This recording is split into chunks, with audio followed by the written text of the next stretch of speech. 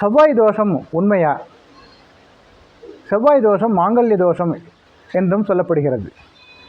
ஆணுடைய ஜாதகத்திலோ பெண்ணுடைய ஜாதகத்திலோ செவ்வாய் லக்னத்தில் இருந்தாலும், லக்னத்தில் 2ல் இருந்தாலும், லக்னத்திலேருந்து 4ஆம் இடத்துல இருந்தாலும், லக்னத்திலேருந்து 7ஆம் இடத்தில் இருந்தாலும், லக்னத்திலேருந்து 8ஆம் இடத்தில் இருந்தாலும், லக்னத்திலேருந்து 12ஆம் இடத்தில் இருந்தாலும் உங்களுக்கு செவ்வாய் தோஷம் இருக்கிறது.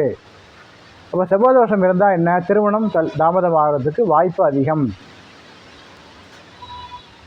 இது ராசியிலேருந்தும் கணக்கிட சொல்லியிருக்காங்க. ராசினா உதாரணமாக மேஷராசினா மேஷராசியை 1ஆம் வீடாக வச்சுக்கிட்டு அதுலேருந்து 2வது வீட்டிலையும், 4வது வீட்டிலையும், 7வது வீட்டிலையும், 8வது வீட்டிலையும், 12வது வீட்டிலையும் செவ்வாய் இருந்தால் அது செவ்வாய் தோஷம். அப்போ செவ்வாய் தோஷம் உள்ள பெண்ணாக இருந்தால் பெண்ணையும், ஆணாக இருந்தால் அதே தோஷம் உள்ள ஆண்களையும் ஜாதகத்தையும் இணைத்தால் அவர்கள் சிறப்பாக வாழ்க்கையில் வாழ்வாங்க. அதாவது என்ன லாஜிக் அப்படின்னு கேட்டிங்கன்னா, மைனஸ் இன்ட்டு மைனஸ் ப்ளஸ் அப்படின்னு சொல்லுவாங்க. இதுதான் செவ்வாய் தோஷம். செவ்வாய் தோஷத்திற்கு நிறையா விதிவிலக்குகள் உண்டு. அடுத்த பதிவில் பார்ப்போம்.